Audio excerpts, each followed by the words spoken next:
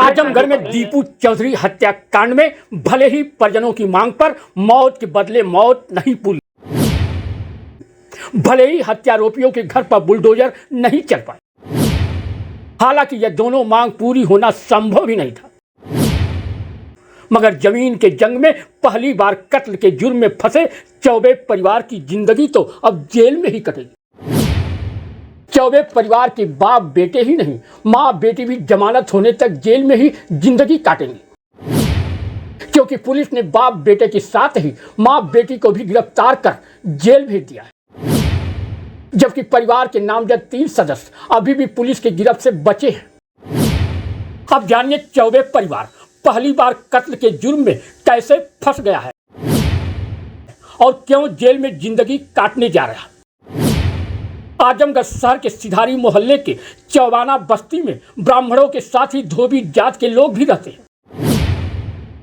चौबाना बस्ती के संभल चौधरी का बस्ती के ही चौबे परिवार से जमीन को लेकर लंबे समय से जंग चल रहा है। जमीन को लेकर 26 अक्टूबर को कैंची से घोंपकर चौधरी परिवार पर हमला कर दिया गया। इस दौरान दीपू चौधरी को कैंची से घोंपकर हत्या कर दी गई। इसके अलावा शीला चौधरी, अंशु चौधरी, बंसीलाल और छोटे लाल चौधरी को भी धारदार हथियार से मारपीट कर बुरी तरह से घायल कर दिया गया। दीपू चौधरी की हत्या के दूसरे दिन पोस्टमार्टम के बाद शव घर पर पहुंचा। आक्रोशित परिजनों ने चक्का जाम कर दिया था। भाई की मौत पर बहनें मांग करने लगी, मौत के बदले मौत मिलनी चाहिए, हत्यारोपियों के घर पर बुलडोजर चलना चाहिए। मेन जो अभियुक्त था उसका क्या नाम था, जो जिसने ऐसा काम किया था, क्या नाम था? तो उनकी गिरफ्तारी हो गई है ना? पुलिस ने आपको आश्वासन दिया है, तो अब क्या आप क्यों दोबारा ये सब प्रदर्शन हो रहा है? उन्होंने सबने मिलके मारो एक के, तो हमने क्यों छोड़ दी उन्हें एक के? बत्ती नाम है हमारे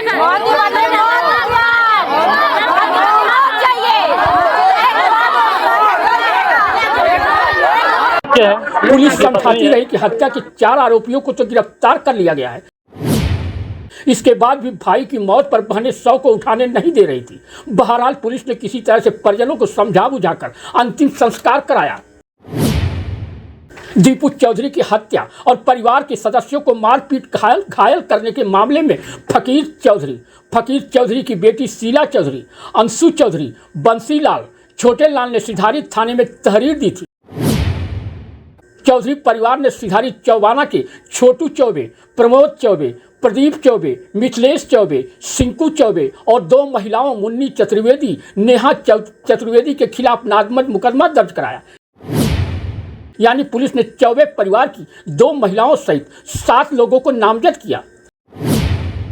पुलिस ने नामजद मुकदमा दर्ज करते ही 27 अक्टूबर को ही हत्या के आरोप में 68 साल के प्रदीप कुमार चतुर्वेदी और उनके 22 साल के पुत्र पीयूष चतुर्वेदी उर्फ छोटू को गिरफ्तार कर लिया था।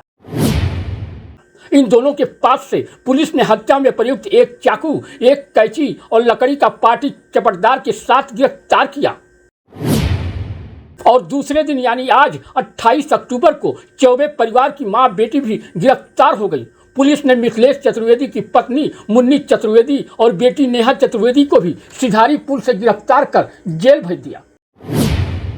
अब चौबे परिवार के ये 4 हत्यारोपी जमानत होने तक जेल में ही जिंदगी काटेंगे, जबकि 3 सदस्यों की पुलिस अभी तलाश कर रही है।